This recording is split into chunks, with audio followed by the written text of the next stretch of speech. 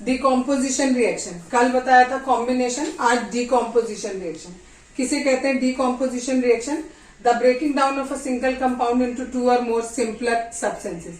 यानी जब हमारा एक सब्सटेंस, उसको हम चाहे हीट दें, चाहे इलेक्ट्रिसिटी दें, चाहे सनलाइट दें, किसी भी तरीके से अगर हम उसको हीट दे रहे हैं और वो दो या दो से ज्यादा छोटे सब्सटेंसेस में टूट जाता है, तो इस प्रोसेस को हम डिकॉम्पोजिशन कहते हैं और इस रिएक्शन को डिकॉम्पोजिशन रिएक्शन कहते हैं। फॉर एग्जाम्पल, यहाँ पर फेरस सल्फेट दिया है और ये चेंज हो गया फेरिक ऑक्साइड में और सल्फर डाइऑक्साइड और सल्फर ट्राईऑक्साइड में। यहाँ पर यह भी ध्यान रखना है कि ये जो फेरिक ऑक्साइड होगा इसका कलर व्हाइट होगा और इसका कलर ग्रीन होगा। कभी कभी आपको क्वेश्चन में ऐसे दे देते हैं कि आपके पास एक कंपाउंड का एक एलिमेंट का सल्फेट है, उसको जब हम गर्म करते हैं तो उसी एलिमेंट का ऑक्साइड बन जाता है और वो व्हाइट कलर का होता है। आपको पहचानना है कि वो मेटल कौन सा है, ठीक है, या वो एलिमेंट कौन सा है। तो इस तरीके से भी ये क्वेश्चन पूछा जा सकता है, तो कलर भी याद रखना है आपको। दूसरा भी इसी का एग्जाम्पल है, इसमें कैल्शियम कार्बोनेट है, इसको जब आपने हीटअप किया तो एक कैल्शियम ऑक्साइड और कार्बन डाइऑक्साइड में टूटा है, ठीक है। तो आपसे ऐसे करके पूछ सकते हैं कि कौन सा ऐसा सब्सटेंस है जिसको हम हीटअप करेंगे तो वो क्विक लाइम और कार्बन डाइऑक्साइड में ब्रेक होगा। तो इक्वेशंस आपको अच्छे से याद रखनी है। नोट इसमें ये है कि ये जो कैल्शियम ऑक्साइड होता है इसको हम सीमेंट बनाने में यूज करते हैं। कभी कभी क्वेश्चन को घुमा के ऐसे पूछा जाता है, कैल्शियम कार्बोनेट को जब हम गर्म करते हैं, या ये भी नहीं देंगे कि आपको कैल्शियम कार्बोनेट दिया है, आपको देंगे कोई एक सब्सटेंस है, उसको हमने गर्म किया तो एक ऐसा सब्सटेंस बना जो सीमेंट बनाने में काम आता है।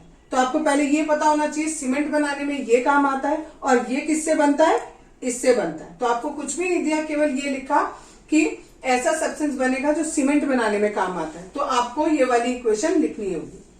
अब ये जो डिकॉम्पोजिशन रिएक्शन है ये तीन तरीके की होती है। एक होती है थर्मल डिकॉम्पोजिशन, इसमें भी होगा वही कि आपका कोई एक कंपाउंड है वो दो या दो से ज्यादा सिंपलर कंपाउंड्स में ब्रेकअप होगा, लेकिन यहाँ कब होगा, जब हम उसको क्या देंगे, हीट देंगे, यानी हम उसको गर्म करेंगे तब होगा।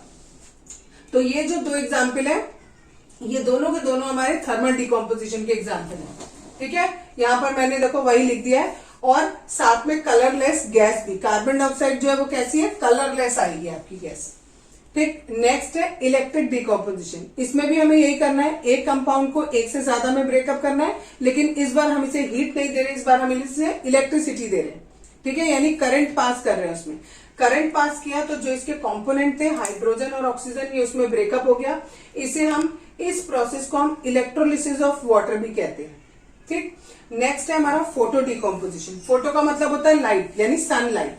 तो जब आपका डिकॉम्पोजिशन किसके द्वारा हो रहा हो, सनलाइट के द्वारा हो रहा हो, तो उसे हम क्या कहेंगे, फोटो डिकॉम्पोजिशन कहेंगे। उसके ये दो एग्जाम्पल हैं, सिल्वर क्लोराइड लिया, यहाँ सिल्वर ब्रोमाइड है, सिल्वर अलग हो जाएगा, क्लोरीन और ब्रोमीन गैस अलग हो जाएगी।